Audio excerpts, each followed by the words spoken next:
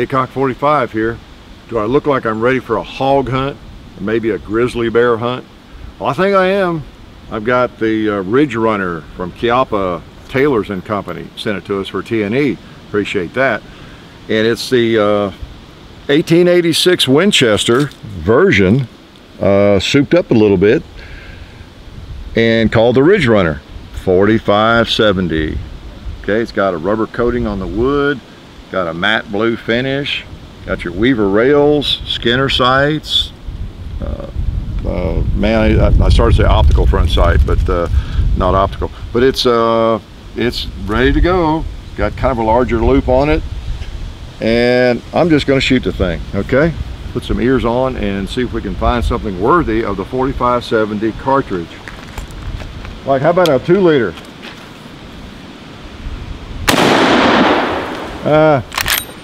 Didn't explode. I'll bet that red one will. That's a little more dramatic, isn't it? Let's try the red plate. Oh man, hard hitting. Try a buffalo or a goat. Oh, must have hit him low. Hit him high. Oh man, big old action on the 1886. You know, that's one of my very favorite firearms. It would probably fit in my top 5, 10, I don't know, of all time. The 1886 Winchester. And good thing we've got some big heavy lead. It's kind of windy today, and I don't think these bullets are going to get blown around too much. So yeah, it's one of my I think a lot of people's very favorite Winchesters. That people who know the Winchester lineup, the 1886 is just a gorgeous gun, and it's a strong gun, heavy gun, well-built gun, designed well. If you didn't know better, you'd think John Browning came up with it. No, wait a minute, he did. Now, you might think this one is, okay, yeah, messed up John Browning's creation here, putting rubber over the wood. And of course, I put my rubber stock extender on it, and all the kinds of stuff here done to it, a rail on it and all that. Yeah, maybe. But you know, it is such a good design. It doesn't bother me as much as maybe it would have 20 years ago, because it's kind of a compliment, I guess, to John Browning and Winchester, that so many different versions of this firearm have been coming out lately. I have seen that this comes out and it's available in stainless, I think, or a satin finish at least. And I've seen other gun companies taking the 1886 action and making some interesting firearms with it, you know. So it's just a well-designed gun. You know, it's like the 92. You got your 2 big locking lugs that come up through there, through the mortises, and you know, it's just a very strong action. The strongest lever action made at that point. There's been a lot of lever guns, you know, up to the 1886, but leave it to John Browning to come up with the best design. Yep. Then they used that same design more or less in the 1892 model, didn't they? You know, you were there, so was I. So anyway, this is a big old gun, and it's cool. It has a real cool factor. It's big. It shoots that cartridge that we all know and love, the 4570 and Federal. And then we get help from some other folks from time to time, you know, like Taylor and Son, Taylors and Company.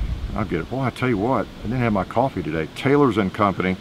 Occasionally we get a pretty interesting firearm on loan from them, so we appreciate that. So this is one, and it's a takedown model. Before I get it too hot, why don't I do that? Okay. You loosen up. It's like the we did one of theirs in the it was a 44 Magnum. You unscrew the magazine. Let's see how it lays the lever.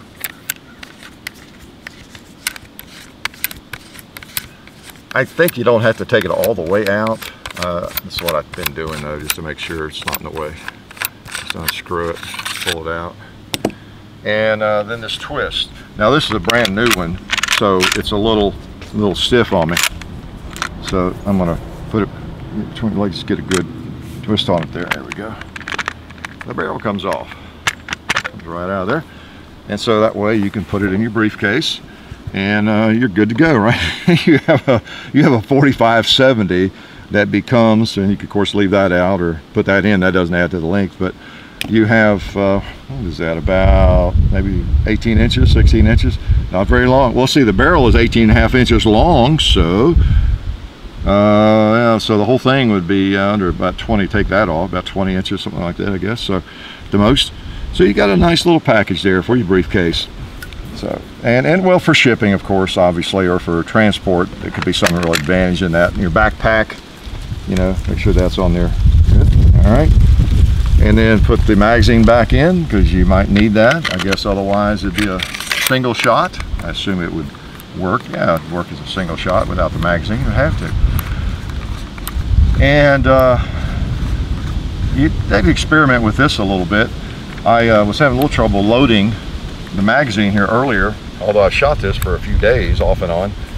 And just before the video, I wanted to take a couple shots to remind me about the sights, where to hold. And I had this on really tight, and I was having a little trouble getting the second round in the magazine. It was hanging up, and so I loosened it just a little bit, and then I didn't have that trouble. See, it's got, when you fold that down, it's not going to loosen on you or go anywhere, so it doesn't matter if it's loose like that. And that took care of it. Let's see if it still has taken care of it.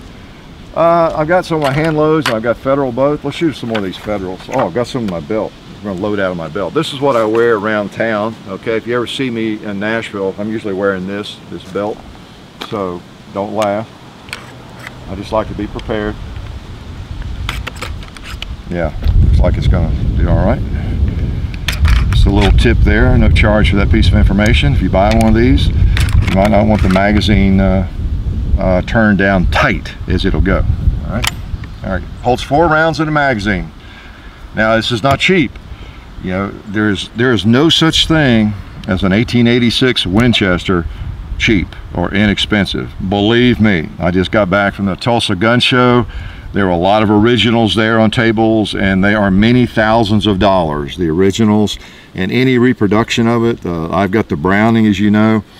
I mean, this is around $1,400 to $1,500 new, and that's just what it's going to be for an 1886 action and all that. So they're not easy to make, apparently. They're not quick, right? All right, let's shoot something else. Feels like an 1886. What about you, Mr. Orange 2-liter? Let's I think I'll wait till I put the lead bolts in to shoot the gong. I'm gonna go ahead and try a pig. It ought to be good for pig hunting.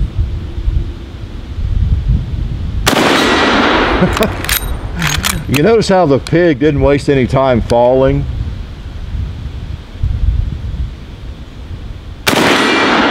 And that left pig, if you've been around a while, you know sometimes he doesn't want to fall, even with a 44 Magnum. Let's try that turkey up there.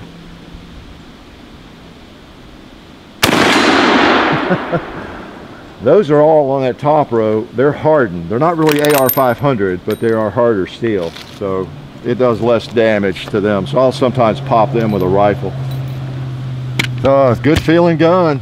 Good feeling. Let's try some cast bullets now. The old classic 405 grain hard cast bullet. Those are nice too. All right, 4 of them in there. Okay, I believe that was 4. I have a hard time counting. Yeah, past 4. All right, hard cast. I'll shoot the gong with one of these just to hear him ring.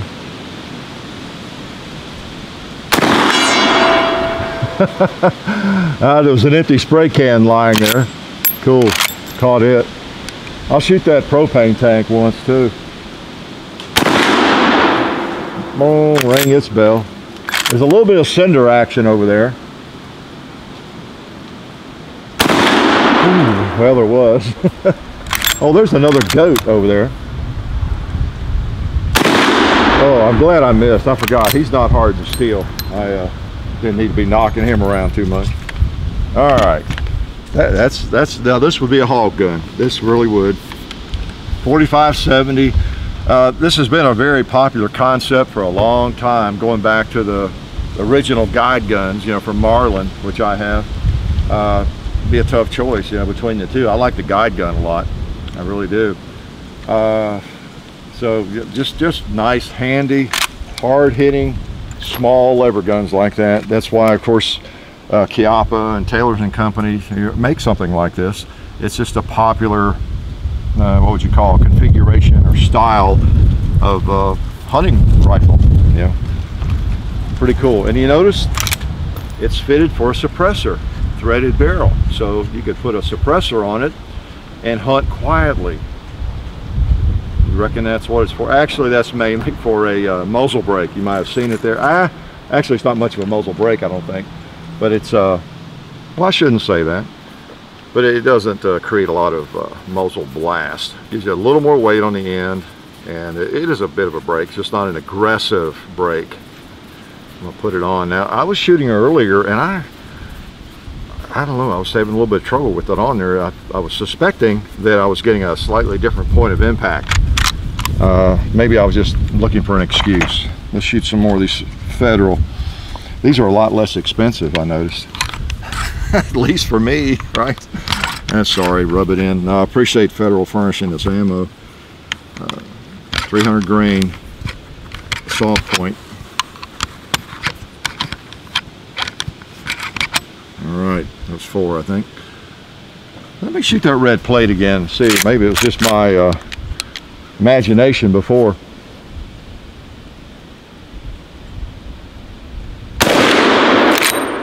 Oh, missed it. Got him.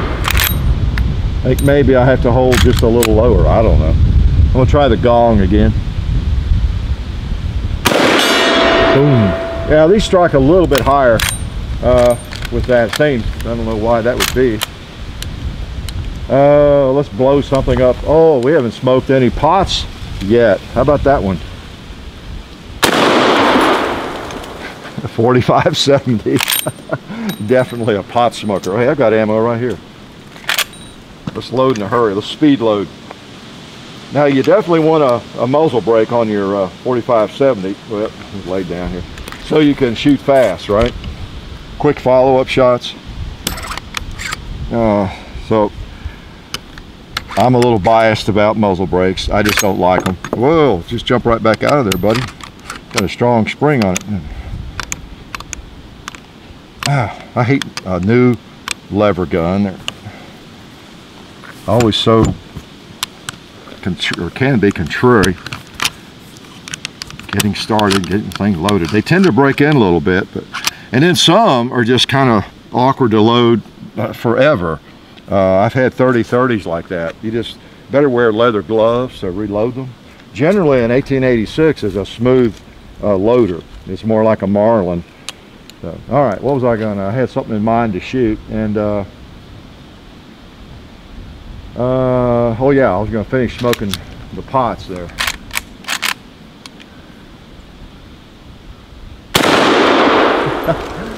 Nice, nice, nice. Oh, another 2-liter.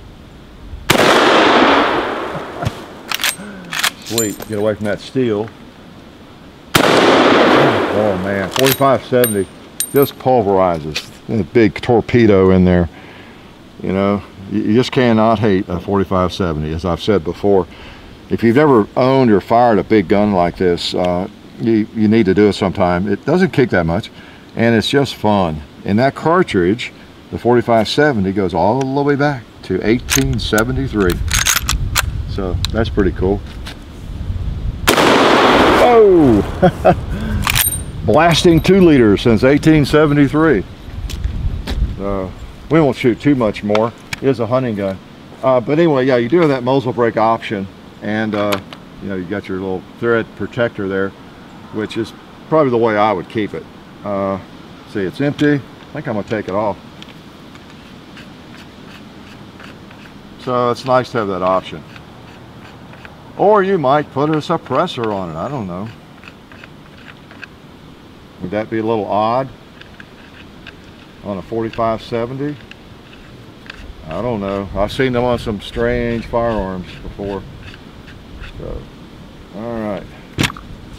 Let's put some of these big 405 grain. Let's put the lever closed. Can't load a lever gun with the lever open. Hard cast lead.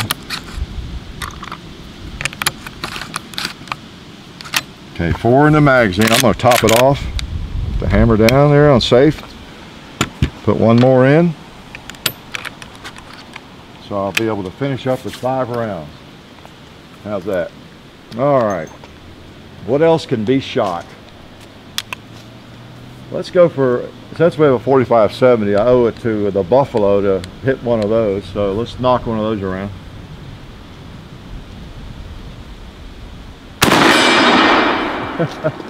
Definitely swung him. Nice thing about the 45-70 too is it's not hard to find your brass. You know, when you've got a big container like that lying on the ground, it's pretty easy to spot. Amongst the 22 cases, or 380 cases. Well, let's hit the little propane case there. Can't. Let's put 1 more on the paper target.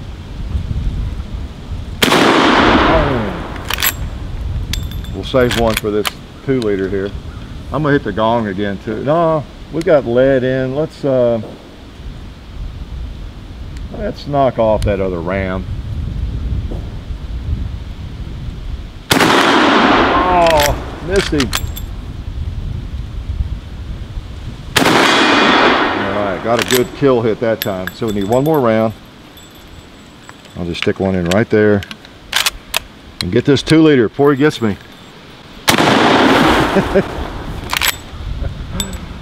So that's the Chiappa Ridge Runner from Taylor's and Company, and got again the Skinner peep sight on it. I did have to adjust it, as I've said before.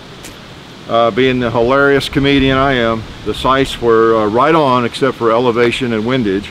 I did have to adjust both, but I got it. As you can see, misses were on me. It's the sights are pretty much on. So this is a pretty nice gun. If you want kind of a modern version of a classic in a hard-hitting cartridge, no doubt about that. I'll take that off so you can see it. Again, I mean, I'll confess it helps a little bit with a kicking rifle, but 45-70 is really not that bad. It's nothing like a slug to me or anything. It's not that bad. The main purpose of these for me is to get that extra length. It makes a world of difference. Gets my eye back just a little bit and all that, and it gives you a little bit of cushion, extra cushion too. But that's what it looks like. I wasn't hiding anything back there.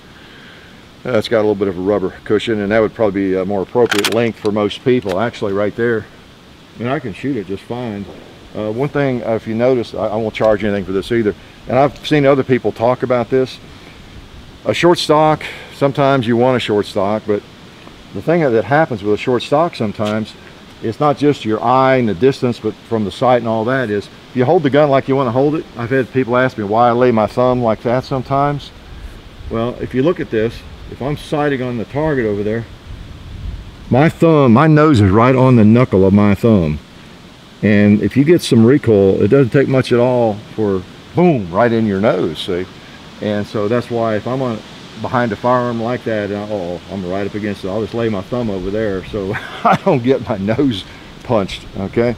So again, no charge for that. Nice gun. We appreciate Taylor's and Company sending that. And it's a T&E gun, T&E, test and evaluation. It will be going back to them. So pretty nice. I cannot hate anything in 45-70 too much. And I will confess, I'm not crazy about the looks of it because I'm a traditionalist when it comes to these lever guns. I personally would probably not buy this. I would go with a Marlin or something without rails and all that, or maybe just an 1886, you know, without the rails, with a short barrel, but and you know, wood furniture and everything. But I'm an old guy traditionalist in a lot of ways. I've got both sides to me, and this is one of my favorite lever guns. So I think a lot of people, whether it's just like the Chiappa Rhino, you know, a lot of people love that gun. Just because I don't like the looks of it doesn't mean much, does it? Because a lot of people really like it. And this looks a little odd for an 1886. John Browning might not approve, I don't know, but it's made to be functional. So it seems okay. A little stiff to load, but seems like it's made pretty well. life is good.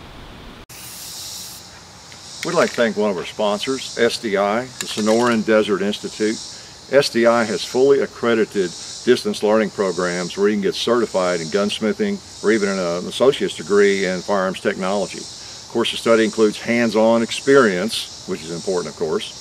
So check it out. Go to sdi.edu or just click on the link in the description. Okay?